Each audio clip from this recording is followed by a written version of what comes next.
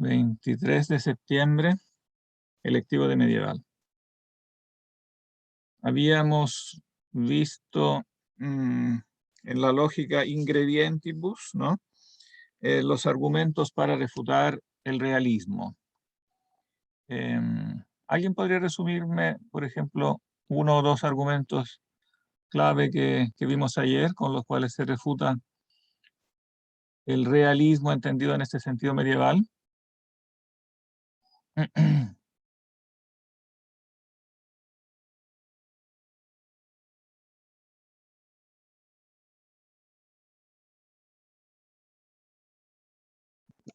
Que se podrían predicar cosas que son contrarias de una misma sustancia.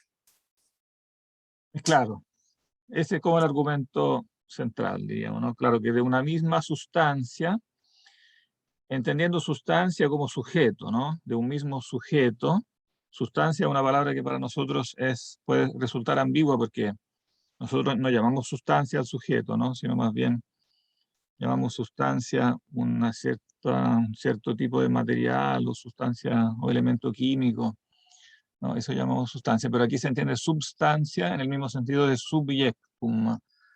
Lo usan como sinónimo prácticamente.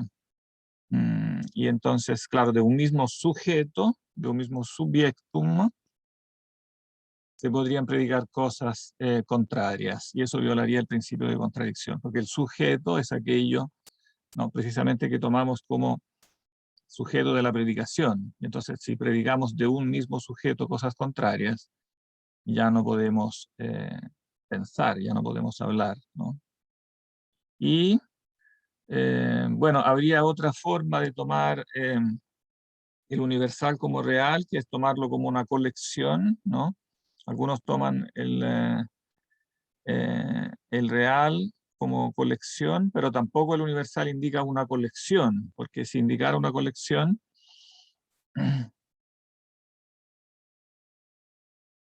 ¿qué pasaría?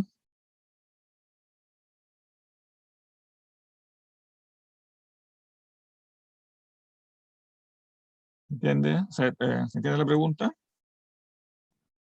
Yo no entendí muy bien la pregunta, profe. La pregunta es, porque podría surgir, y surgió, ¿no? Como solución de cuál es el referente real de un universal, y cómo el universal hombre se predica de todos los hombres. Entonces podría decirse, bueno, entonces el referente real del universal hombres no es más que la colección de todos los hombres. Pero eso no es así. ¿Y por qué no es así? Porque el universal hombre no indica la colección de todos los hombres.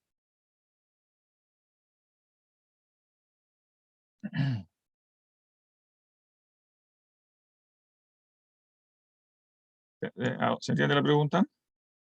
¿El universal tiene que estar entero en cada uno o no? Porque el universal, claro, tiene que estar todo entero en cada uno de los individuos, ¿no? Entonces, si yo digo que el universal hombre indica la colección de los hombres, entonces de cada hombre estaría predicando que es una colección de hombres, ¿no? No que es un hombre, sino que es una colección. Porque si hombre significara la colección de todos los hombres, ¿no? Entonces cada hombre sería una colección. Pero además de eso hay otro problema que vimos ayer, y es que para poder hacer la colección de los hombres, yo ya necesito el universal previamente, ¿no? La colección no explica el universal, sino que lo supone, ¿no? Para poder hacer la colección necesito previamente tener en la mente el universal. Bueno, eso de la colección es un poco lo que nosotros relacionamos con el error empirista, ¿no? Ustedes hicieron eso, el empirismo, todo eso en teoría del conocimiento, ¿no? Sí. Sí, en teoría del conocimiento vimos a Berkeley, a Locke y a Hume. Ah, claro, Igual claro. fue re poco, pero lo vimos. Claro, por ejemplo, Locke dice, ¿no?, que el universal viene, ¿no?, de algo muy parecido a lo que aquí llama la cogitatio collecta, ¿no? O sea, el juntar con el pensamiento una colección de cosas, bueno, y de ahí después sacar lo común, ¿no? Abstraer como lo que es común y dejar lo que es propio, ¿no? Y parece todo lógico, ¿no? Pero hay el punto inicial es donde está el error. ¿Qué pasa? Que si yo digo que tengo una serie de entidades y de esas entidades saco lo común, abstraigo lo común, ¿no? Y dejo lo propio, y sacando lo común, entonces obtengo el concepto de hombre. Pareciera entonces que no hay dificultad en explicar el universal, pero ¿dónde está aquí el paso que falta? Según lo que explicábamos ayer.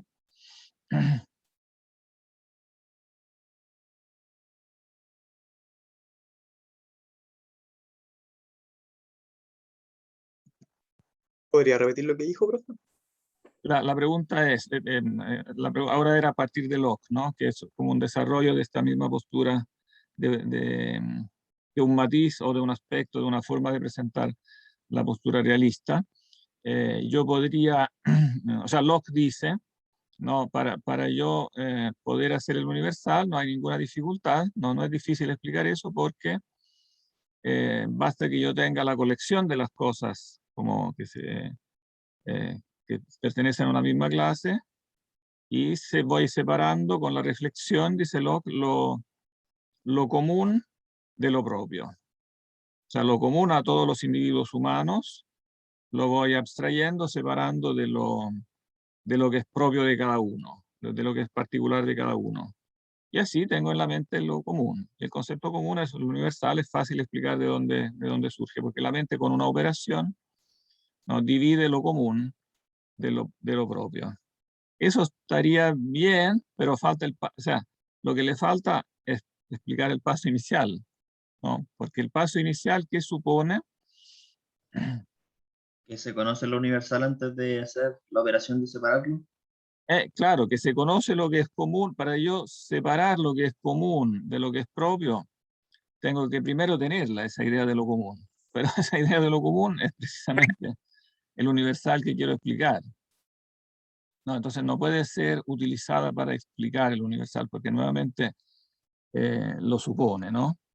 Y lo supone, el error de Locke es muy típico, porque precisamente no se da cuenta de aquello que supone en el primer paso, que es el paso para nosotros más natural. Entonces es fácil entender por qué a Locke no se le ocurrió notarlo, porque para nosotros porque Locke evidentemente no había estudiado bien la tradición antigua ni medieval, y no es una cosa que uno a primera vista entienda. Entonces, no habiendo estudiado, digamos, los antiguos, los medievales, piensa entrar a solucionarlo como si fuera una cosa fácil que él pudiera solucionar solo, ¿no? Y cae, como es lógico, en el típico error del que es principiante en eso, que no ve que el paso inicial es precisamente lo difícil que hay que explicar. Cómo tenemos en la mente, ¿no?, la idea de lo universal, de lo igual en sí, decía Platón, que nos permite precisamente formar después los universales genéricos y específicos. Pero primero tiene que estar esta idea de lo universal en la mente, ¿no?, de la cual se forman después los universales particulares. Y esa idea de lo universal no puede, evidentemente, venir de los sentidos, porque los sentidos solo captan cosas particulares, ¿no? Entonces, por eso Locke cae precisamente en esta trampa, porque como para él todo viene de los sentidos, todo el material del conocimiento viene de los sentidos, y después la mente hace como unas operaciones de combinación o de separación de lo que viene de los sentidos. Pero como la idea de lo universal no viene de los sentidos, no, digamos, él no sabe cómo explicarla, ¿no? Tanto así que no, él niega que haya una idea de sustancia. No dice que no hay idea de sustancia porque no viene de los sentidos. Pero eso es una petición de principio. Él ha decidido primero que todo necesariamente tiene que venir de los sentidos. Como la idea de sustancia no viene de los sentidos, no puede existir según él, ¿no?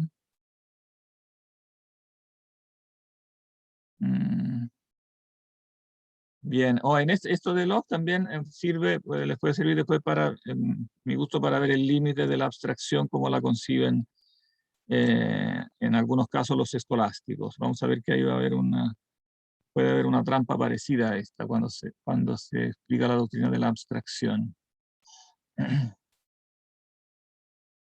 Pero eso todo viene, para resumir aquí el punto, todo viene, digamos, el equívoco de base es siempre una forma de realismo, porque siempre está suponiendo que el universal es algo como real que yo pueda sacar de las cosas, como que está en las cosas como real, y entonces yo pudiera como sacarlo, ¿no? Abstraer es sacarlo, como si el universal estuviera metido en las cosas sustancialmente, ¿no? Y entonces yo lo capto con los sentidos y después como que descompongo con la mente. Pero para poder descomponer, tengo que primero, el universal tendría que primero estar ahí como algo, ¿no? Cosa que precisamente es contradictoria, como algo real.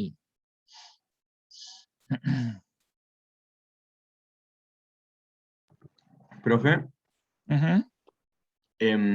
a mí la otra vez me nació una duda al respecto de los universales, porque en metafísica, en el ramo, estamos leyendo a Quine, en el texto acerca de lo que hay, no sé si usted conoce ese texto. No, Y en pero ya ese, que me lo mencionan, me gustaría conocerlo. ¿Cuál es? es un texto que se pone en cuestión como el problema ontológico, Ya. y ahí pone en cuestión como, bueno, acerca de lo que hay, pues como qué cosas existen en el mundo y como que ahí ocupa criterios para refutar alguna ontología de algunos teóricos, etcétera. Y ahí en un momento pone en cuestión como los universales.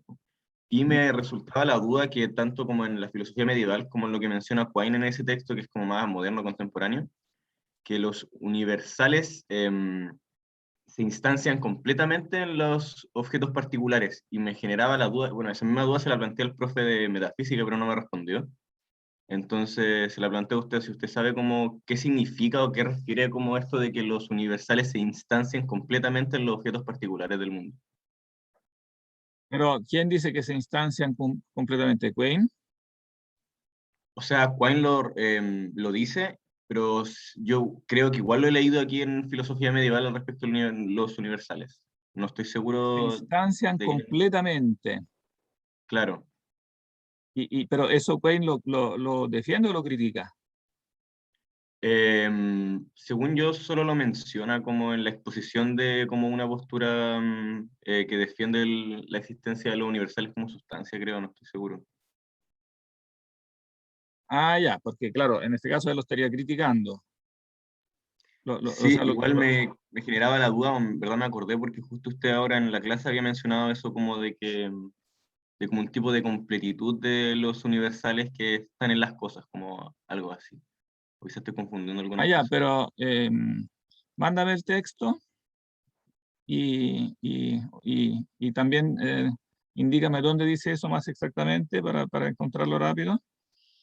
Eh, pero claramente, digamos, la postura que yo defiendo es que los universales no se instancian completamente, ¿no? En los objetos, o sea, en los sujetos reales, ¿no? Precisamente eh, porque el universal es infinito, ¿no? O sea, el universal representa en realidad como no una colección real, precisamente porque es una colección infinita, por eso que no puede ser real, ¿no? O sea, se refiere a sujetos que si yo quisiera hacer una colección de ellos, esa colección sería infinita, o sea, no son solo los reales, sino que también son todos los posibles, ¿no? Son todos los pasados que ya no son reales. El universal caballo se refiere a todos los caballos pasados, presentes, futuros y posibles. No está limitado a los caballos reales. Y precisamente esa es una de esta como infinitud del universal es una característica clave que permite distinguirlo del real, ¿no? El real es finito, ¿no? Y el universal es infinito. Y entonces por eso que no puede, ¿no? Ese otro argumento que muestra que no puede, en el fondo, abstraerse el universal de lo particular, entendiendo abstraerse en el sentido de sacar como extraer algo de algo donde ya está. No es que el universal esté en la cosa real como algo, no ya dado que yo pueda meterme en la mente como a través de los sentidos, ¿no? Pero mándame el texto para ver qué dice y ahí puedo ver si estoy de acuerdo con lo que dice, ¿cómo se llama? ¿Profe? Quine. ¿Mm? O sea, pero ¿Sí? en el fondo igual, siguiendo con la duda, en el fondo igual los universales se instalan en los particulares. O sea, para percibirlos es mediante un particular. Por ejemplo, en lo que dijo usted ayer de organizar en un grupo de personas por el color de ojos azules, como tal no existe el universal de azul, sino que se instancia, en este caso en un particular, que serían los ojos azules. Entonces quizás por ahí va a lo que se refería el autor. Pero un momentito, es que para tú tenerlo en la mente tiene que existir, ese es el punto. No existir como sustancia, no subsistir, pero tiene que tener algún modo de ser en la mente que te permita tenerlo en la mente. Tú tienes que tener ese dato en la mente para armar la colección de las personas con ojos azules, y eso que tienes en la mente es algo. No es algo subsistente, ¿no? Es algo virtual, dirán los medievales, pero es algo. Tiene un ser, ontológicamente es algo, ¿no? Que se contrapone, que se diferencia del ente real, ¿no? Que no se reduce al ente real, pero que es algo. Y que no es un simple, eso también es importante entenderlo, lo veremos también en un momento más, porque en parte Abelardo también cae en esa posible trampa de decir que entonces el universal, claro, como está en la mente humana, entonces es algo así como un accidente de la mente, como está en la mente como en un sujeto. Eso es un grave error, porque si el universal estuviera en la mente como un accidente está en un sujeto, el universal sería subjetivo, ¿no? Sería algo que se predica, sería algo que se predica de mi mente. Digamos, lo que está en un sujeto como un accidente es algo que se predica de ese sujeto. Como cuando yo digo que tú tienes los ojos azules, eso es un accidente que se predica de ti. Pero en cambio los ojos azules como concepto que yo tengo en la mente cuando los predico de ti, no se predican de mí, ¿no? Ni de mi mente ni de mí. Entonces no puede ser un accidente mío. Si yo digo que son un accidente, lo subjetivizo y eso es fatal, porque precisamente subjetivizo aquello que en la mente debe ser objetivo para poder ser objeto de conocimiento, ¿no? Si yo digo que los ojos azules son un accidente de mi mente, entonces ¿cómo lo hago para objetivamente predicarlo después de otros entes que no son yo? Yo estaría condicionado subjetivamente porque en mi mente, digamos, los ojos azules son como unos lentes que me falsean todo lo que yo veo. No puedo ver ojos de otro color porque en mi mente solo existen ojos azules. No, entonces, los universales que están en la mente tienen que ser concebidos como objetivos, ¿no? Para que puedan predicarse después de entidades que son distintas a mí, o eventualmente también predicarlos de mí, pero no porque estén en mi mente, sino porque por los sentidos yo sé que mirándome al espejo tengo los ojos azules y lo predico de mí, pero lo predico de mí objetivamente, ¿no? O algo que yo conozco, no como algo que es una característica mía, ¿no? Sino como algo que yo objetivamente conozco. Y esa es una trampa que también tiene su origen en unas frases aristotélicas, porque en alguna parte Aristóteles dice en el Perihermeneias que los conceptos son como pasiones del alma, entonces son algo como que está en el alma como un accidente de ella. Y ese error en parte también lo repite Abelardo, aun cuando él después trata de como también intuye que hay que corregir eso, ¿eh?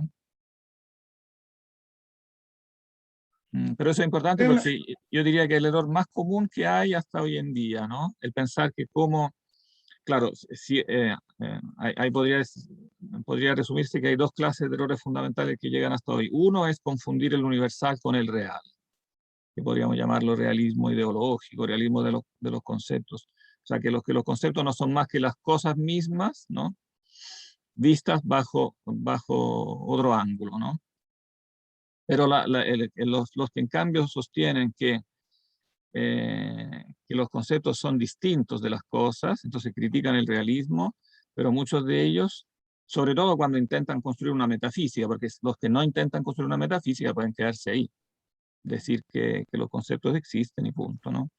Pero los que intentan construir una metafísica, entonces tienen que dar el paso siguiente. Claro, los conceptos existen, pero ¿dónde existen? ¿Cómo existen? ¿Cuál es su colocación en el mapa del ser, ¿no? Entre el ser que es el ser de las cosas y el ser que es el ser de la mente? Entre las cosas y la mente, los conceptos, ¿dónde se colocan? Y si yo no los coloco en las cosas, el otro error más común es decir, ya, se colocan en la mente, no son más que accidentes de la mente, ¿no? Cosas que están en la mente, ¿no? Y así se pierde, es igualmente fatal porque así se pierde la objetividad, ¿no? Y se dice, son como unas emanaciones de mi mente y entonces son subjetivos.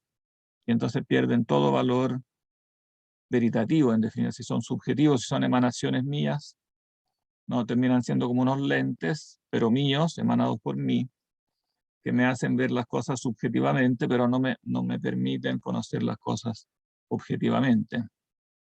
Sebastián.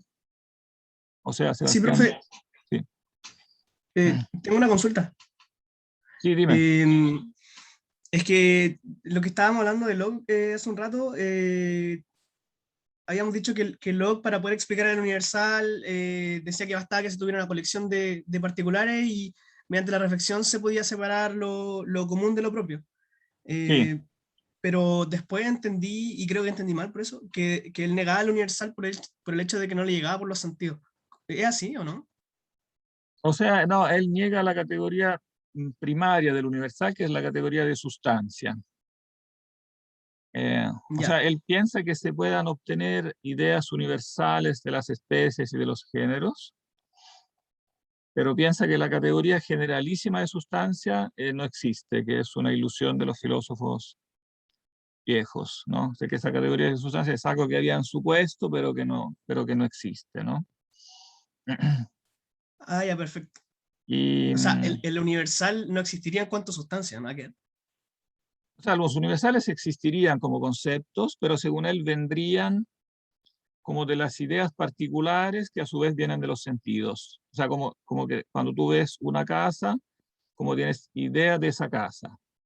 Después ves otra casa y tienes idea de esa otra casa. Y como que de esas, comparando esas ideas particulares, tú sacarías después el universal casa. Y claro, no puede negar que tú tengas en la mente el universal casa, porque eso es, o sea, cuando tú dices esto es una casa, es obvio que lo tienes, ¿no? Eh, Ya, sí pero, entiendo. pero claro, pero el error está en no entender que ese universal casa tú no lo puedes sacar del particular. Es el error básico. Abstraer en el sentido de sacar de, ¿no? Sacarlo de los particulares, porque de los particulares como tales no puede venir algo universal, porque de lo limitado no puede venir lo infinito, ¿no? De lo que es particular no puede venir lo universal. Por eso que la idea de sustancia, en el fondo, bueno, que es la tesis de fondo que defiende Rosmini en ese libro del origen de las ideas, que yo recomiendo mucho leer, después les voy a indicar también unos capítulos más cruciales que otros, porque él explica precisamente eso, el origen de las ideas precisamente es una primitiva idea, ¿no? Y esa primitiva idea no es más que la idea de sustancia. O sea, la idea de sustancia tiene que ya estar, ¿no? Como universal, para que yo pueda aplicársela, ¿no? A todos los entes particulares, que todos son, digamos que todos participan de algún modo del ser. Yo reconozco el ser en ellos, pero puedo reconocerlo porque parto de esa idea que primitivamente es universal. De otro modo, no se explica cómo entra en la mente el universal, dado que por los sentidos no puede entrar. Ya, comprendo, profe. Muchas gracias. Bueno, y eso en parte corrige también, como repetía, un poco la idea escolástica de abstracción, la idea que quedó como a partir del de ente esencia, por eso lo veremos después la próxima semana, de Tomás de Aquino y de algunas otras cosas que dice Tomás de Aquino, todavía mantiene unos ciertos rasgos de realismo en esa idea de que por los sentidos entre de algún modo la esencia de las cosas y la mente no haga más que separar, ¿no?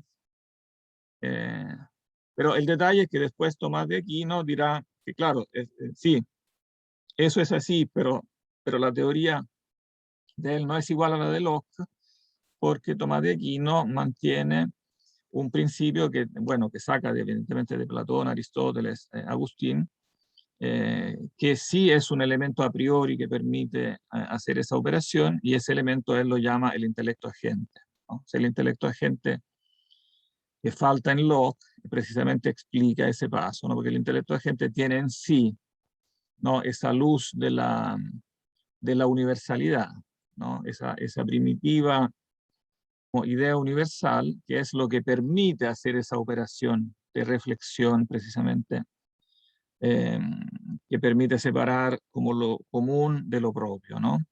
La idea de que la mente separa lo común de lo propio es correcta, pero falta un paso, ¿no? Que es el paso fundamental y principal, ¿no? ¿Cómo yo conozco lo común si no tengo previamente, ¿no?, en la mente esa idea de lo común, ¿no? Y esa idea de lo común, repito, no es más que la idea de sustancia, porque es la idea del ser de base. Cuando yo digo algo es un ser, algo es un ente, no, lo digo porque tengo en mente esta idea primitiva del ser o de sustancia. Y esa me permite decir lo que es común, ¿no?, entre diferentes seres. Y la prueba de eso incluso después la da Tomás de Aquino cuando dice que eso incluso empíricamente uno lo puede verificar por el hecho que los seres humanos, cuando aprenden el lenguaje, desde niños, ¿no?, en la evolución del lenguaje, la mente siempre pasa de lo universal a lo particular. O sea, entiende primero lo que es universal, cosa que es contraria evidentemente a la teoría empirista, porque la teoría empirista sostiene que partimos de lo particular, ¿no? Y en cambio, si uno observa el comportamiento humano, se da cuenta que es al revés. Los niños no tienen ninguna dificultad en entender la palabra cosa, ¿no? Y después van especializando la cosa. ¿Qué cosa es esto?, preguntan, ¿no? Y después van muchas veces aplicando palabras universales a entes más particulares, ¿no? Y poco a poco, en otras palabras, entienden primero la idea de animal que la idea de, no sé, de perro golden retriever. Es más fácil entender animal, ¿no? Después empiezan a diferenciar los animales, ¿no? Entonces, claro, pueden distinguir el perro del gato, pero es muy fácil que llamen perro o gato a alguien que se parece al perro o al gato, porque encuentran algo común y aplican entonces el universal que tienen en la mente. Si se le dice, por ejemplo, cuando uno le dice a los niños, esa es una vaca, pero ellos no han visto otros cuadrúpedos, cuando ven un ciervo dirán, eso es una vaca, porque ellos tienen en mente, o sea, ellos se hicieron el esquema general de animal cuadrúpedo, ven otro cuadrúpedo, esa es una vaca, no, entonces uno le explica, no, ese es un ciervo, ¿no? Porque entonces van especializando, van conociendo las especies, ¿no? Pero han partido en la mente de los géneros. Y eso también lo dice Aristóteles, ¿eh? Bueno, Tomás de Aquino lo copia de Aristóteles. Entonces Aristóteles también, en el fondo, admite, ¿no?, cuando habla de esa luz del intelecto agente, que es como una luz de lo universal. Todo eso lo explica bien Rosmini en la parte central, que es como quizás la más importante que podrían leer, del nuevo ensayo sobre el origen de las ideas. Les voy a decir al tiro los números. No, si no, mejor me voy a demorar en decirlo. Voy a ponerlo en un correo los números mejor. Él estructura, este libro lo estructura, bueno, en varias partes. La primera, que es como la parte histórica, es muy interesante para nosotros porque divide los sistemas entre los que admiten demasiado de innato y los que admiten demasiado poco. O sea, los que pecan por defecto y los que pecan por exceso. Entonces, la primera parte, los que pecan por defecto, está evidentemente Locke, ¿no? Y en los primeros capítulos está entonces una crítica a la doctrina de Locke. Después, en la segunda parte, los que pecan por exceso, parte de Platón y después termina con Kant. Pero entre medio, como en la parte central, habla también de los escolásticos, de Aristóteles y de Tomás de Aquino. Entonces, en esos números centrales se le explica bien su teoría y comparándola también con los medievales, Tomás de Aquino y otros medievales que complementan esa idea básica, criticando también, claro, esta idea de la abstracción, que debe ser bien entendida.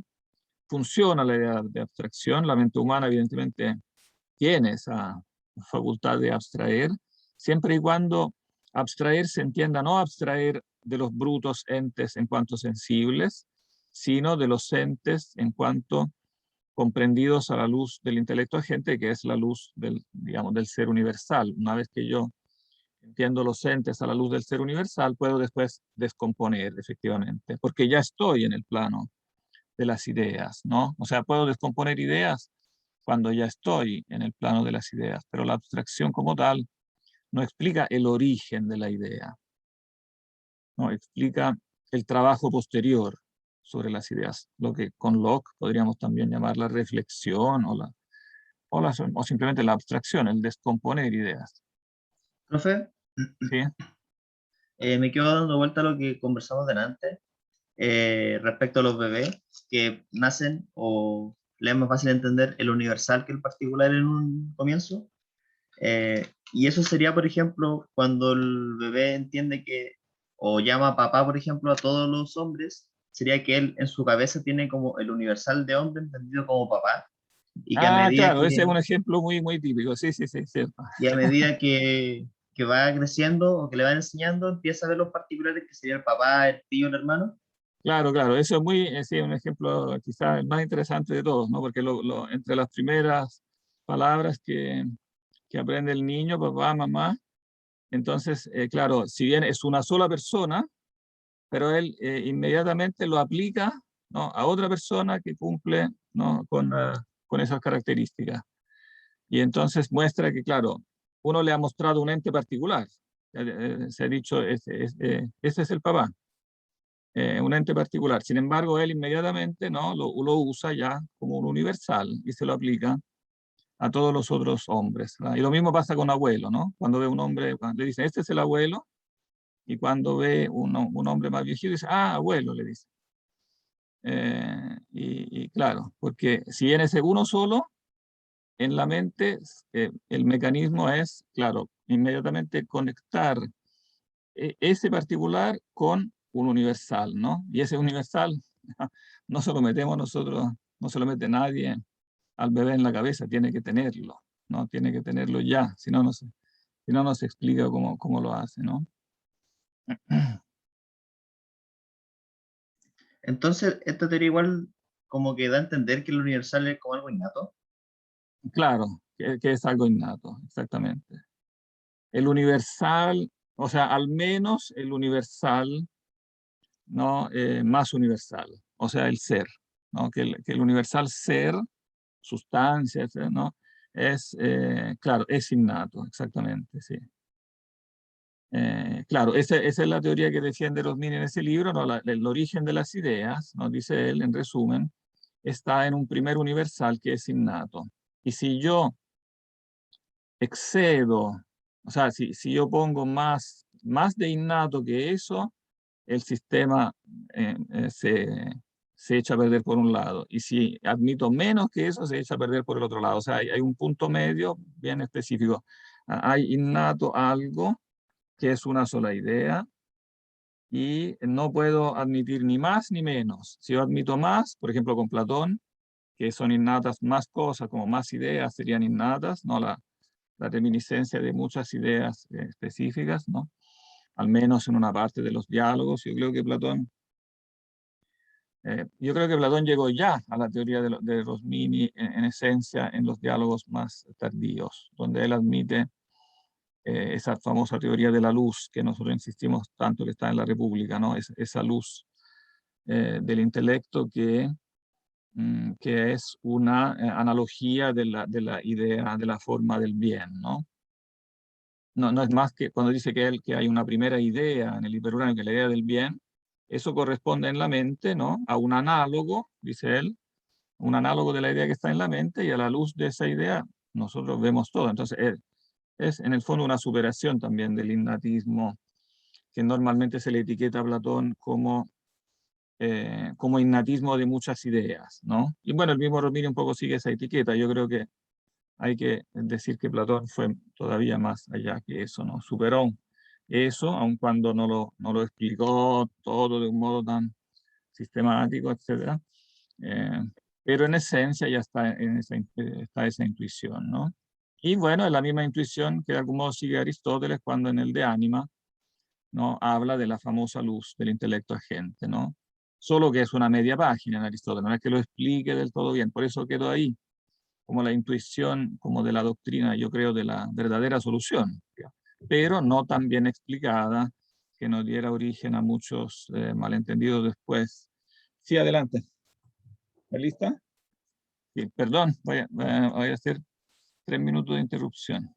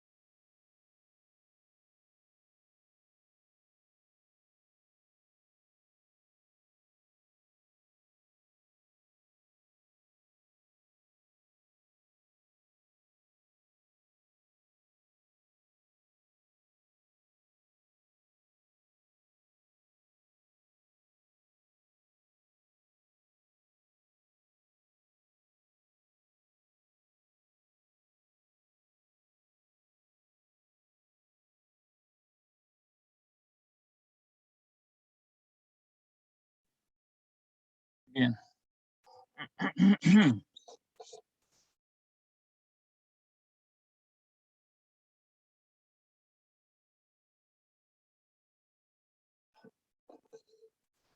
Bien, entonces, bueno, leamos entonces este pedacito que nos quedaba.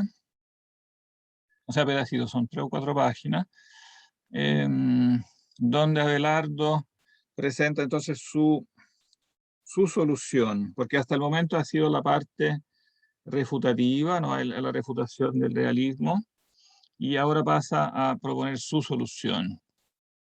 Ahora, la primera parte para mí es la más importante, ¿eh? O sea, la refutación del realismo es efectivamente lo más sólido. Yo creo que es sólida y vigente hasta hoy, porque hasta hoy hay realistas de diferente tipo que tienden a negar la existencia del universal y reducirlo a las cosas reales, ¿no? En cambio, cuando él da su solución positiva, se ve que tambalea un poco, no es tan buen metafísico como es buen lógico. O sea, con la lógica en la que él era muy fuerte, logra desarmar las doctrinas de Guillermo de Champeau, pero cuando se trata de construir, digamos, ahí le cuesta más. Pero igual lo que dice es interesante, ¿eh?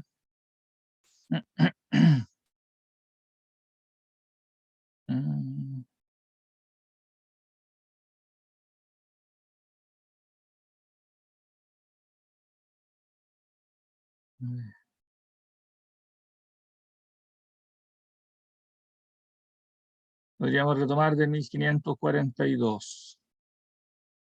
Expuestas las razones por las cuales a las cosas, ni tomadas singularmente, ni colectivamente, se puede decir que sean universales, ¿no? O sea, refutación del realismo, ¿no? Las cosas, ni tomadas singularmente, ni colectivamente son universales, entonces no queda sino el ascribir esa universalidad a solos los vocablos, voces, ¿no?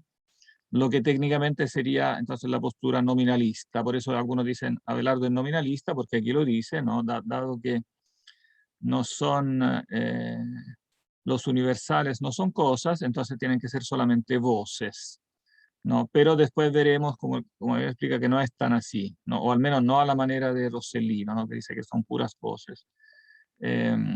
Estas voces, claro, él las entiende en el fondo en el sentido de conceptos, y esos conceptos evidentemente no son las puras palabras, ¿no?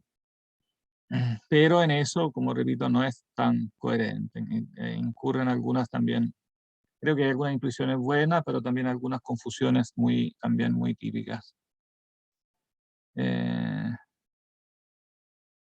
Partamos entonces de acá. ¿Quién quiere leer? Es de saber. Yo puedo leer. Ya, perfecto. Ya. Es de saber, pues, que así como algunos nombres los llaman los gramáticos apelativos y a otros propios, así los dialécticos llaman universales algunas de las expresiones simples y otras particulares, es decir, singulares. Es universal aquel vocablo que puede ser predicado en fuerza de su institución de muchos singularmente, como, por ejemplo, este nombre, hombre, que se puede aplicar a los nombres particulares de los hombres según la naturaleza de los sujetos a los cuales se impone, y singular es el que es el que es predicable de uno solo, como por ejemplo Sócrates. Cuando se toma el nombre de uno solo, porque si se toma equívocamente, lo que se tiene es no un vocablo, sino muchos vocablos en cuanto a la significación, porque según Prisciano, coinciden muchos nombres en una sola voz. Por tanto, cuando se dice que lo universal es lo que se predica de muchos, el término lo que va en primer lugar, no solo insinúa la simplicidad de la expresión para distinguirla de la proposición, sino también la unidad de significado para distinguirla de los equívocos. Claro, aquí es claro, perdón, aquí es claro que no se trata solo de la voz, ¿no? De la voz, se trata de la significación, ¿no? Porque si se toma equivocadamente, lo que se tiene es no un vocablo, sino muchos vocablos, pero vocablos entendidos en cuanto a su significación, vocablos en cuanto a la significación. O sea, en definitiva, muchos conceptos, ¿no? Bien. Este 43 lo podemos saltar porque no me parece que agregue nada nuevo. Retoma lo del 44, que aquí da un poquito un salto. Bueno, que estas que indica acá son las páginas de la edición moderna, que es la edición de Geyer. Aquí salta un pedacito, pero no es mucho. Aquí se pasa a la página 18. Retomemos del 44. Ya. Una vez asignada la definición, tanto del universal como del singular a los vocablos, investiguemos ahora atentamente la manera de ser de los vocablos universales. Sobre ellos se propusieron varias cuestiones, pues había dudas sobre todo de su significación, ya que ni parecen tener alguna cosa que aplicarse, ni constituir un concepto con algún contenido. Parecería, en esas cuestiones propuestas, que los nombres universales no se imponían a ninguna cosa, ya que todas las cosas existen distintas en sí y no convienen en ninguna realidad, como se ha demostrado, en virtud de la cual conveniencia se pudiese imponer los nombres universales. Siendo pues cosa cierta que los nombres universales no se imponen a las cosas en cuanto a que son diferentes, ya que entonces no serían comunes, sino singulares, y tampoco que puedan denominarlas o designarlas en cuanto a que convienen en alguna realidad, pues no hay ninguna cosa en la que convengan, parece que los universales no adquieren significación sobre las cosas, sobre todo no constituyendo ningún concepto de alguna cosa. De ahí que Boecio, en su libro De Divisionibus, dice que el vocablo hombre es origen de dudas para el entendimiento, porque, en su sentir, al oírlo, el entendimiento se ve arrastrado por un gran oleaje de dudas y caen muchos errores. Sí, entonces, bueno, ese es el punto clave que siempre hemos subrayado, ¿no?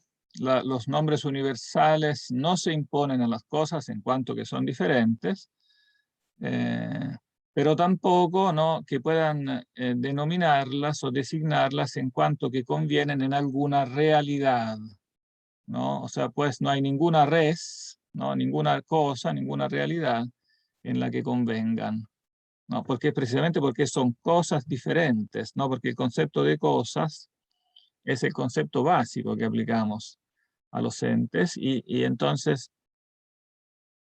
si convinieran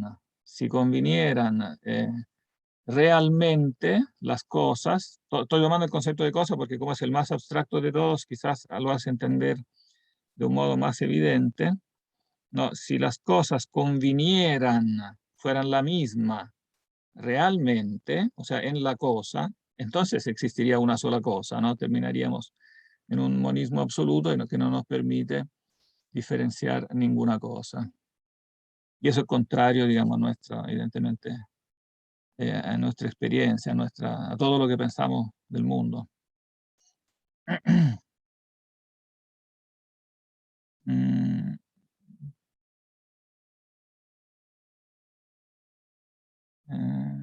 Podemos también saltar también el 45 me parece que no agrega nada esencial. Lee el 46. Parece, pues, que el vocablo hombre, o cualquier otro vocablo universal, no significa nada, ya que no proporciona el concepto de ninguna cosa, pero tampoco parece pueda ser concepto el que no tiene como objeto cosa alguna que concebir. Por eso, dice Boecio en el comentario, todo concepto o se hace como sujeto de una cosa como es en sí la cosa, o como no es, pues no puede hacerse un concepto si no tiene como objeto ninguna cosa. En consecuencia, parece que los universales están totalmente desprovistos de significación. Sí, voy a retocar un poquito esta frase, que nosotros cuando comentamos a Boecio la tradujimos más literalmente esta cita. Todo concepto o se hace como de una cosa sujeta, o sea, a partir de un sujeto, más que como de sujeto de una cosa, la expresión latina que es ex re subiecta.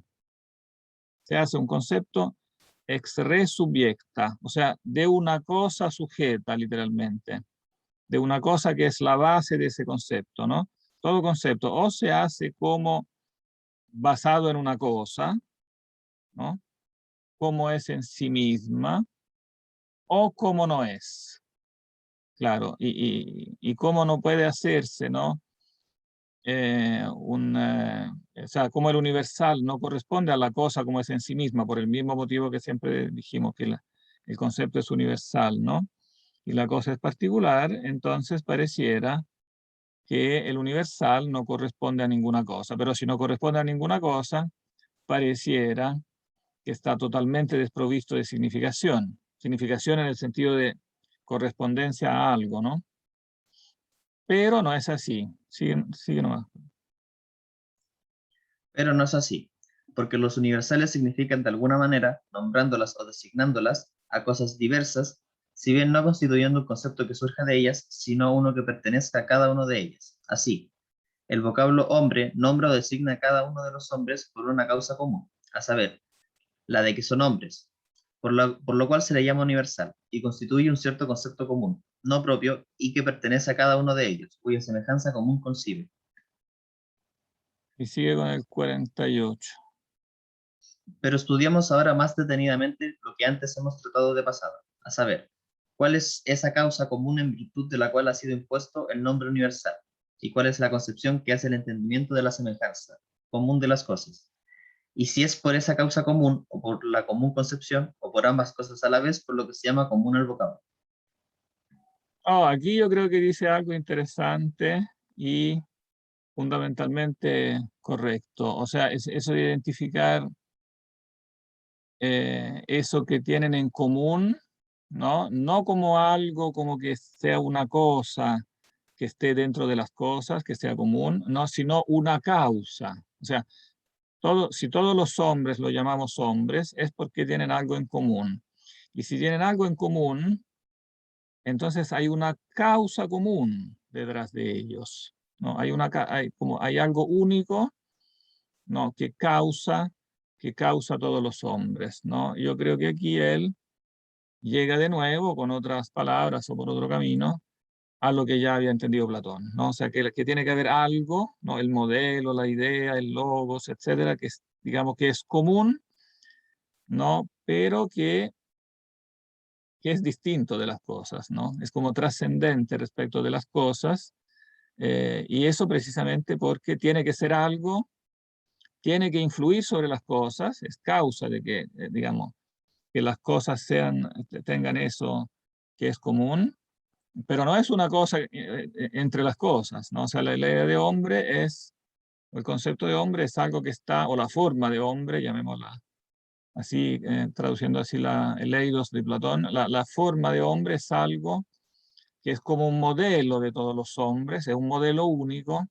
Entonces, está en las cosas, no porque el modelo esté en las cosas como realmente, sino está como modelo, o sea, influye, digamos, es causa, ¿no? Tal como el proyecto, ¿no? de un auto está detrás de todos los autos. No es que el proyecto sea una red que está metida, ¿no? Una cosa que esté metida dentro de diferentes autos, por ejemplo, ¿no? Pero el proyecto es la causa común, ¿no? De que todos esos autos tengan una evidente semejanza. Entonces, claro, la superación del realismo, ¿no? Lleva, o sea, la distinción entre ¿no? particular y universal lleva a entender metafísicamente que tiene que haber una causa común, ¿no? Y esta causa común tiene que ser una y trascendente, o sea, tiene que ser diferente a la cosa real y situarse en otro nivel, el nivel de la causa, que es, en definitiva, es lo que dice Platón en el Fedón, cuando dice que las ideas, ¿no? Los eide, son causas de las cosas. Causa lo entiende ahí como causa formal, ¿no? Es la forma que le da, a la cosa el ser de ese modo.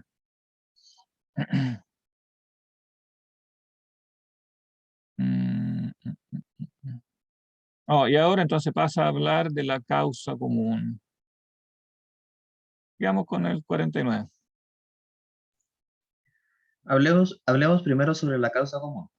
cada uno de los hombres distintos entre sí, difiriendo, como difieren, tanto en sus esencias como en sus formas propias, como ya lo hemos recordado al tratar de la cuestión física, convienen, sin embargo, en que son hombres. No digo que convienen en el hombre, pues ninguna realidad es hombre, más que la discreta o singular distinta, sino en el ser hombre. Ahora bien, si recapacitamos bien en ello, el ser hombre no es el hombre, ni realidad alguna, como tampoco el no estar en sujeto es una realidad, ni el no recibir contrariedad y el no ser susceptible de más o menos aspectos todos. Sin embargo, en lo que Aristóteles afirma convienen todas las sustancias. Claro, entonces ¿Sigo? aquí él da como la fórmula básica, como que quiere diferenciarse del realismo, ¿no? Cuando digo que convienen en el hombre, si yo digo convienen en el hombre, pareciera que el hombre es una realidad, ¿no? Pero ninguna realidad es hombre más que los hombres singulares. Solo a ellos los puedo llamar hombres. Pero convienen, ¿no?, en el ser hombre, ¿no? En el ser hombre. Entonces es en una cosa, digamos, abstracta, que no es ninguna de los hombres concretos, ¿no? Y por eso entonces el ser hombre no es el hombre. O sea, tiene que mantenerse esta oposición clave entre el concepto ser hombre y el hombre real, ¿no? El ser hombre no es el hombre, ni tampoco realidad alguna, ¿no? Como tampoco el no estar en sujeto es una realidad. Sí, nomás con el 50 que sigue explicando eso mismo. En efecto, no pudiendo existir conveniencia alguna en una realidad, como se ha demostrado más arriba, la conveniencia que se dé de algunos habrá que entenderla en el sentido de que no es o se trata de alguna realidad, como, por ejemplo, Sócrates y Platón son semejantes en ser hombre, como también conviene el caballo y el asno en no ser hombre, por lo cual de ambos se dice que se dice que son no hombres. Convenir, pues, diversas cosas es que cada una de ellas es o no es lo mismo, una misma cosa. Por ejemplo, hombre o hombre o no blanco. Sigue nomás con el 21. Pero parece cosa intolerable el que entendamos la conveniencia de las cosas en el sentido de que no es realidad alguna, como si uniésemos en la pura nada las cosas existentes. Cuando decimos que este y aquel convienen en el estado de hombre, es decir, en que son hombres, pero lo que queremos decir es que ellos son hombres, y que en eso no difieren.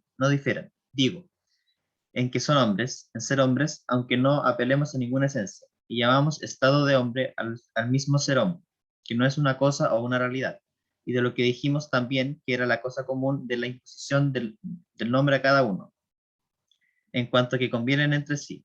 Muchas veces damos el nombre de causa aún a lo que no es una cosa o realidad, como cuando se dice, ha sido azotado porque no quiere ir al foro. No quiere ir al foro, que se pone como causa, no es ninguna esencia. Podemos también llamar estado de hombre a las cosas mismas puestas en la naturaleza de hombre, cuya semejanza común concibió el que impuso el nombre. Aquí me gustaría detenerme un minuto porque aquí ven como la dificultad con la que él pelea. No, bueno, él insiste correctamente, creo yo, entonces, en contrastar siempre el concepto a la cosa real. No, cuando se dice que todos los hombres convienen en el ser hombre, pero que el ser hombre no es realidad alguna, ¿no? Pero a su vez eso no quiere decir que el ser hombre sea la pura nada. Entonces aquí está la intuición, yo creo, clave, ¿no? O sea, el ser hombre igual es algo. No es una realidad, no es una res, no es un ser subsistente, el ser hombre, pero sí tiene que ser algo, porque si no diríamos que convienen en la pura nada. Todos los hombres se asemejan todas esas entidades que después llamamos hombres, se asemejan en nada. Eso en qué se asemejan, este concepto, en otras palabras, tiene que ser algo. Y bueno, él trata de darle también un nombre, ¿no? Este algo es el estado de hombre, dice, el estatus, con esta expresión que tendrá mucho éxito, ¿no? El estatus de las cosas no son las cosas, ¿no? Es como la manera de ser de la cosa es distinta de la cosa, no es una cosa o realidad. Pero eso no significa que no es nada, ¿no? Es la causa, pero es la causa de la imposición del nombre a cada uno en cuanto que convienen, de los individuos en cuanto que convienen entre sí. Y la causa no tiene que necesariamente ser una cosa, ¿no? Puede ser, claro, un acto, una actividad. Ha sido azotado porque no quiere ir al foro. Claro, no quiere ir al foro, no es una esencia en el sentido de sustancia, ¿no? No es algo real, ¿no? Pero después, sorpresivamente, al menos para mí, concluye diciendo, podemos también llamar estado de hombre a las cosas mismas no puestas en la naturaleza de hombre, cuya semejanza común concibió el que impuso el nombre. Entonces aquí, para mi gusto, se contradice, porque si llamo estado de hombre a las cosas mismas, entonces recaigo en el realismo, ¿no? Claro, él quiere decir, evidentemente, que este estado de hombre realmente lo tienen los hombres, ¿no? Pero eso no significa que el concepto lo podemos llamar como la cosa misma, porque eso sería volver a confundir el concepto con la cosa. Si llamo status hominis, estado de hombre, a las cosas mismas, entonces la fórmula vuelve a ser realista. Por eso me sorprende bastante que él se exprese aquí de esta forma. Bueno, pero eso yo creo que también viene de aquí un poco una tentación un poquito también empirista de decir que, claro, cuando dice aquí, cuya semejanza común concibió el que impuso el nombre, pareciera sugerir que esa semejanza común la concibió como si pudiera venir de las cosas mismas como tales, ¿no? Solas. Y creo que esa sospecha se confirma, esa sospecha de una tinte empirista de la idea que él tiene en mente, se confirma por el capítulo siguiente. O sea, es que estos son capítulos de la selección, no son los capítulos de la edición, pero en el numerito aquí 52. Leamos el 52, que muestra bien dónde se produce ahí para mi gusto, el error. Explicada ya la significación de los universales, que es sobre las cosas, nombrándolas o designándolas, y declarada la causa de su imposición, hagamos ver ahora qué son los conceptos que tienen por correspondientes, o que dan al lugar. Y en primer lugar, hagamos una caracterización general de la naturaleza de todos los conceptos. Tanto los sentidos como el entendimiento son facultades del alma, pero hay entre ellos esta diferencia, que los sentidos se ejercen tan solo por medio de instrumentos corporales y solo perciben los cuerpos o lo que hay en ellos, como, por ejemplo, la vista, una torre o sus cualidades visibles. El entendimiento, en cambio, ni necesita instrumento corpóreo ni tampoco tiene que dirigirse a un cuerpo como objeto, sino que se contenta con la semejanza de las cosas que se fabrica a sí misma la mente, y a la cual dirige la acción de su inteligencia. Por eso, destruida o alejada la torre, desaparece la sensación que la tenía por objeto, mientras que la intelección permanece por la conservación en la mente de la imagen de la cosa. Pero así como el sentido no es la cosa sentida, a la cual se dirige, así tampoco el entendimiento es la forma de la cual que concibe, sino que el concepto es una cierta acción del alma, en virtud de la cual se dice que entiende. Y la forma a la que se dirige es una cosa imaginaria y fingida, que se forja en la mente cuando quiere y cuál la quiere, como por ejemplo, esas ciudades imaginarias que vemos en sueños, o la forma del edificio a construir, que el arquitecto concibe, y el ejemplar de la cosa que se va a hacer, a la cual no podemos llamar ni sustancia ni accidente. Algunos, sin embargo, le dan el mismo nombre de concepto, y así la fábrica de la torre, que en ausencia de esta concibió y contempló alta y cuadrada en el campo dilatado, lo llaman concepto de la torre. Con ello parece estar Aristóteles, que llama a las pasiones del alma que suelen denominarse concepto, semejanza de las cosas. Sí, aquí yo creo que hay varias cosas que no funcionan, pero que son interesantes porque son todos, yo creo, son varias confusiones muy típicas que que eran ya tradicionales y seguirán siendo tradicionales hasta hoy. ¿Cuál es aquí, a la luz de lo que dijimos antes, como el problema principal de esta como teoría que él trata de esbozar, ¿no? ¿Cuál es aquí? ¿Cómo individúa él aquí el origen del universal, ¿no? O del concepto? ¿Cuál es el objeto de la intelección, según lo que dice acá?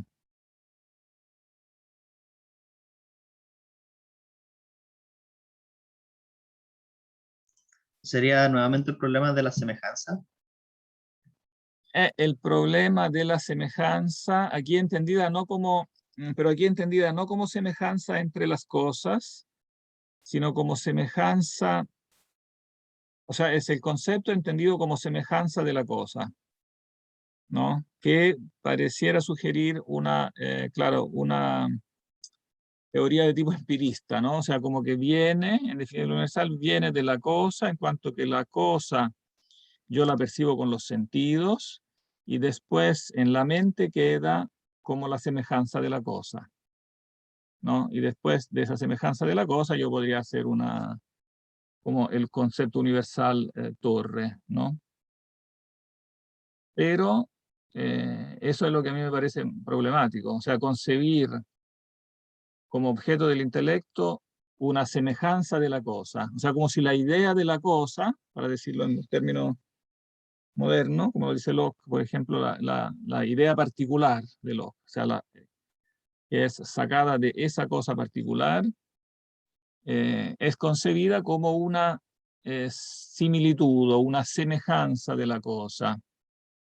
Yo creo que aquí se están confundiendo dos cosas radicalmente diferentes. Se está confundiendo la imagen que mi imaginación retiene, ¿no? Que, claro, de los sentidos, podríamos decir, sin investigar ahora cómo se forma la imagen y qué relación exactamente tiene con el concepto, pero la imagen, una vez que existe, como quiera que se haya formado, una vez que la imagen existe en la mente, es algo igual distinto del concepto. Una cosa es la imagen de esa torre que yo veo, y otra cosa radicalmente distinta es el concepto, ¿no?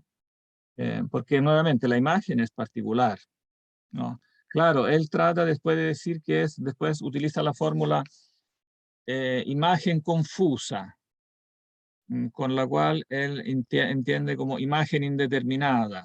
Puedo yo tener en la mente una imagen indeterminada de torre que se aplica a todas las torres. Pero, ¿por qué se aplica a todas las torres? Digamos, ¿cómo llego yo a formar esa imagen indeterminada que se aplica a todas las torres?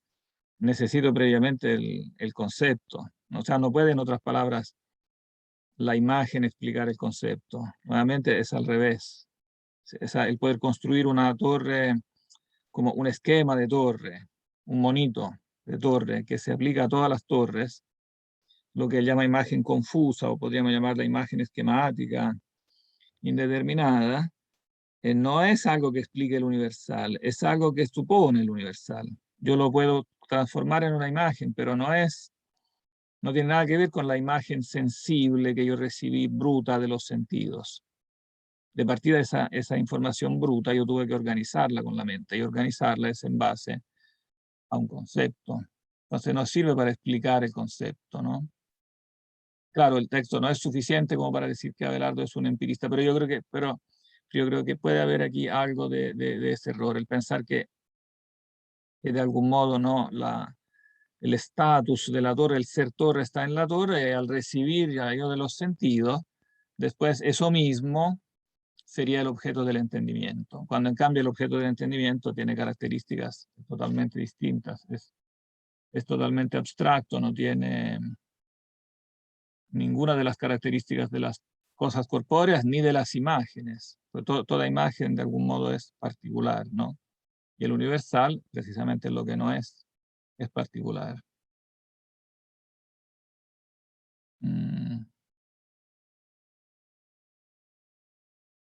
Y además, esa idea de que el concepto es una cierta acción del alma, ¿no? Vuelve a se retoma ese error de Aristóteles, que aquí cita, ¿no? Con ellos parece estar Aristóteles, que llama las pasiones del alma, que suelen denominarse conceptos, semejanzas de las cosas, ¿no?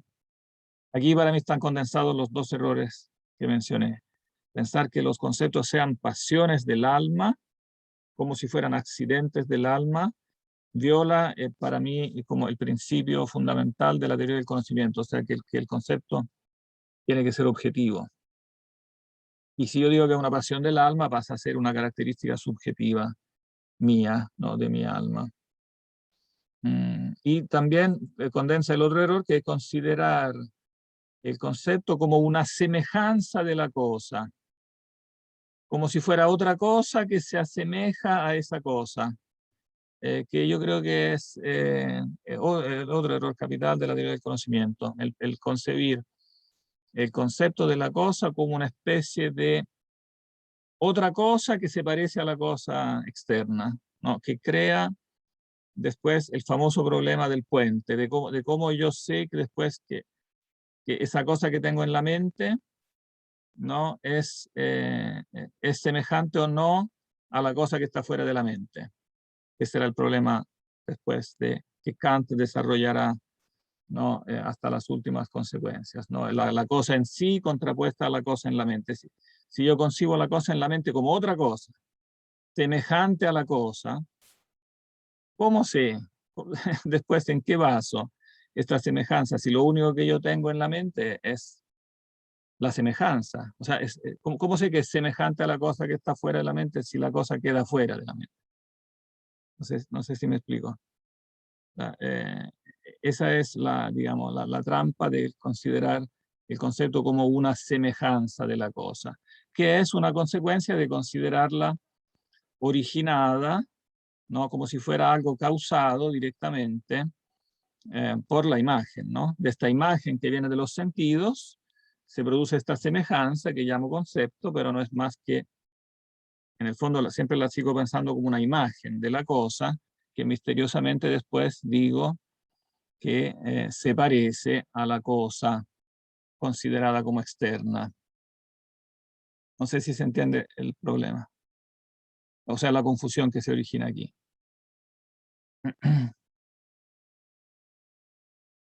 Esa última yo no la entendí, profe.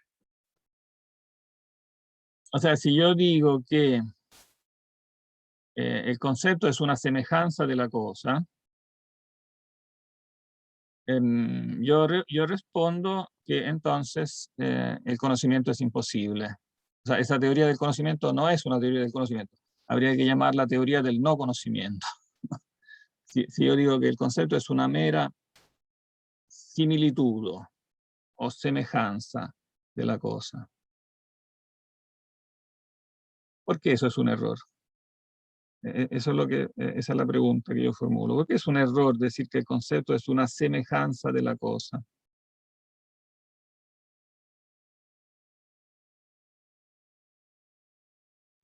Porque sería imposible conocer la cosa. Porque en ese caso sería imposible conocer la cosa, claro. Y entonces sería absurdo hablar de cosas. Las cosas no serían más que digamos, las que están en nuestra mente, las que Kant llama los fenómenos, pero sería absurdo decir que son semejanzas es contradictorio decir que son semejanzas de cosas las cuales no están en nuestra mente. Si no están en nuestra mente, ¿cómo las menciono? ¿Se entiende? Ustedes estudiaron Kant, ¿no? En teoría del conocimiento. Algo, ¿no? Sí, pero profe, estudiamos muy superficialmente, según yo, como en verdad muy Ya. poco para echar como esquema o como nociones muy superficiales. Ya, no leyeron como algún texto directo. Vimos Leímos puro juicio. el prólogo a la crítica de la razón pura. Ah, ok, ya. Claro, eso todavía, claro, es muy interesante, pero todavía un poquito general, claro. Yo ahí, claro, aquí hay un problema muy específico que es este problema de la relación entre fenómeno y noúmeno, ¿no? Traducido al lenguaje que se usa acá medieval, claro, el fenómeno sería la semejanza de la cosa.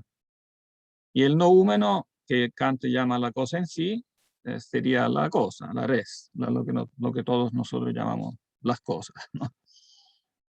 Y Kant dice, no podemos saber nada realmente de las cosas en sí, porque todo lo que tenemos en la mente son fenómenos, o sea, lo que nos aparece de las cosas, que es bastante parecido a decir que son semejanzas de las cosas, ¿no? Solo que la contradicción que se produce es la misma. ¿Cómo comparo yo estas dos entidades? ¿Qué sentido tiene comparar dos entidades, una de las cuales está en mi mente y la otra no está en mi mente? Si no está en mi mente, ¿cómo estoy hablando de ella? ¿No? ¿Se entiende la contradicción? Entonces, en esta contradicción básica está basada toda la crítica de la razón pura. Después escribió 1000 páginas, pero digamos, el punto básico que él asume es esta desconexión, ¿no?, entre la mente y la cosa. Porque cuando yo digo que lo que está en la mente es semejanza de la cosa, parto excluyendo la cosa misma. Digamos, ¿cómo sé que es semejante? Digamos, si es otra cosa, ¿no? Entonces, por eso yo creo que la única manera de solucionar eso es considerar que el concepto no es una semejanza de la cosa, sino que es la cosa misma en cuanto percibida por mí, aun cuando tiene, digamos, tiene cierto límite, ¿no? O cierto margen de incerteza o de error, esa percepción intelectual que yo tengo de la cosa, pero tengo que partir asumiendo que con el conocimiento la cosa misma está en mí, está percibida, el ser mismo de la cosa está percibido por mi mente, no una pura semejanza. La mente no percibe una semejanza de la cosa, percibe la cosa misma, ¿no? Claro, no perfectamente, ¿no? Con límites, etcétera, pero percibe la cosa misma. De base, la cosa tiene que entrar en la mente para que yo pueda hablar de ello. Esa es como la asunción básica para mí de una teoría del conocimiento. Si yo no parto asumiendo eso, repito, armo una teoría del no conocimiento, porque parto dejando fuera, digamos, parto por principio dejando fuera las cosas. Entonces no conozco las cosas. No sé si se entiende. Bueno, y eso, relacionándolo con lo que decíamos antes de la idea universal que yo predico a la cosa, parte por entonces predicar de la cosa misma para que pueda entrar en mi entendimiento, predicar de la cosa el ser, ¿no? Pero cuando yo digo esta cosa existe, he predicado la existencia, que es esa idea básica de existencia, sustancia que tengo ya, esto universal que ya tengo, y lo predico de la cosa. Una vez que lo predico de esa cosa, y entonces digo, esa cosa existe, en ese momento la cosa entra en mi entendimiento. Yo la percibo, no es que entre evidentemente materialmente, no es que sea una cosa material que se mete adentro, ¿no? Entra en el sentido que entra en mi percepción, pasa a ser objeto de mi percepción, no queda fuera, queda en mi percepción, o frente a mi percepción, que es la etimología de la palabra objectum. Objeto, objectum, es lo que queda enfrente mío, ¿no? Ese ob, la preposición ob en latín significa como enfrente a, queda frente a mí, jectum, como tirado, jectum significa como echado, tirado frente a mí, o sea, está frente a mí, yo lo percibo con el intelecto. Gran parte del error, tanto en el empirismo como en Kant, consiste en imaginarse eso como si fuera una operación corpórea, como si la mente fuera una especie como de recipiente, de bola, donde tienen que entrar cosas. O sea, hay cosas que están fuera y que después materialmente se meten adentro. Entonces, de ahí viene todo ese problema del mundo llamado externo, ¿no? Lo llamamos externo, lo llaman externo, ¿no?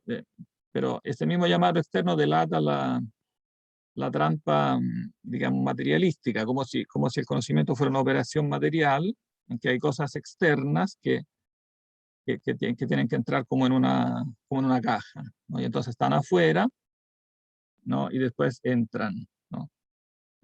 Pero cosas que entran dentro de una caja, si yo todas las estoy concibiendo con la mente, es que ya están frente a mi percepción, que no es una caja, ¿no? Que no es algo material, es una operación inmaterial con la que yo atribuyo mentalmente el predicado de ser a la cosa y al predicarlo afirmo que la cosa existe. No afirmo que existe en mí o que entró en mí, afirmo que la cosa existe, punto. Afirmo que existe. Cualquier otra cosa que yo le agregue confunde porque agrega elementos materialísticos que no tienen nada que ver con esa operación intelectual. No sé si es más claro o más oscuro. ¿Se entiende?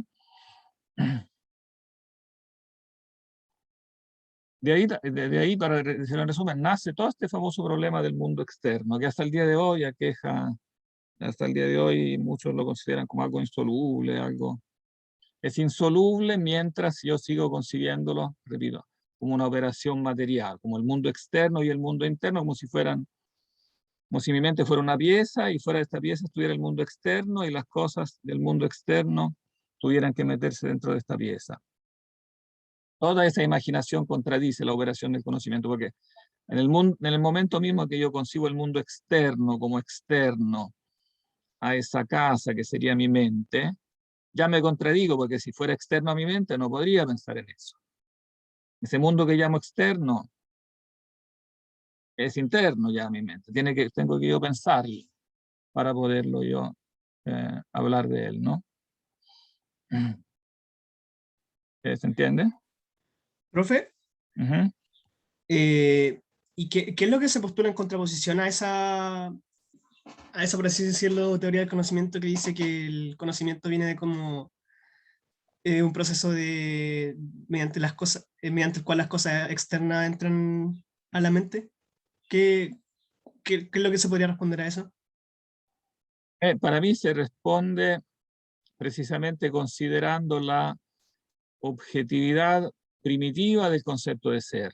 O sea que cuando yo conozco algo, lo que hago es predicar de esa cosa el concepto de ser, que en sí es subjetivo. Entonces mi sujeto, el sujeto percibe intelectivamente la cosa, cuando la ve intelectivamente, la mete dentro de la clase universal del ser, ¿no? Y dice, esa cosa existe, ¿no? Esa es la percepción inteligible, no sensible, la percepción inteligible de esta cosa, ¿no? Entonces la cosa es sí, si queremos usar la metáfora del entrar, yo creo que ayuda más decir que esa cosa, frente a mi mente, entra del reino de la pura sensación, que percibe la cosa particular, la metemos en la categoría universal, en la idea, en el concepto universal de ser, y entonces entra dentro del ser y nosotros la vemos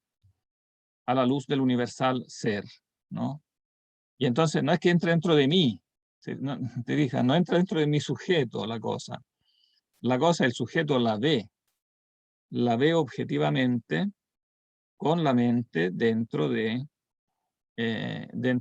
esa clase universal del ser, y después dentro de esa clase puede hacer composiciones y separaciones, como dice Aristóteles. El intelecto compone y divide, pero puede componer y dividir si la cosa se traslada del ámbito de la pura sensación, es vista, comprendida dentro de un universal básico, que es el universal del ser. Y después, una vez que está en el ámbito del reino de lo universal, no es difícil explicar cómo son los universales, se especializan y se hacen géneros y especies y después individuos que podemos componer y dividir en nuestros razonamientos. Pero el primer paso es el difícil de explicar. ¿Cómo se pasa eso del entrar? ¿No? ¿Cómo entra algo en mi percepción inteligible? Entra, yo creo que la metáfora correcta es la misma que indicó Platón, la metáfora de la vista, como algo entra en mi vista, en mi campo visual, no en mí como si yo fuera un recipiente. Yo me considero como un recipiente cerrado, repito, y el mundo que todavía no conozco como algo que está afuera, parto contradiciéndome, porque ese mundo que está afuera, si estuviera fuera de mi entendimiento, no lo podría pensar, ¿no? En cambio, cuando yo empiezo a entender, algo pasa, no entra dentro de mí, entra en mi campo visual intelectivo, ¿no? Y el campo visual intelectivo no es más que esa primera idea objetiva que tengo. No es mi yo, no veo las cosas a la luz de mi yo, porque yo soy otro ente particular. Las veo a la luz de lo universal, del ser universal. Eso es lo único que explica el conocimiento realmente, ¿no? Si no, el conocimiento, repito, sería subjetivo, que es otra cosa, que otra manera de decir que no sería conocimiento. Decir que el conocimiento es subjetivo, no, de nuevo es una teoría del no conocimiento. Bien, parece que nos pasamos mucho de la... ¿Tienen clase? Sí, tenemos Sí, filosofía a las 12. Ah, ya. de la ciencia. Bien, los dejo entonces, pero vimos por lo menos, sigan leyendo lo poquito que queda, pero vimos como lo esencial, creo yo. Casi todo. Una última cosita faltaría, pero ahora ya es tarde. Si pueden, vayan, o sea, si pueden, lean entonces el nuevo ensayo de Rosmini, que es muy claro, creo que como como la clave fundamental para ordenar todo este tema, ¿eh? Bien, entonces nos veríamos el próximo miércoles y, como dije ayer, vamos a aplazar de una semana la prueba. Yo voy a mandar un correo, o sea, el ensayo. Ahí voy a mandar un correo. Ya, Vamos, profe. vamos a parar grabación.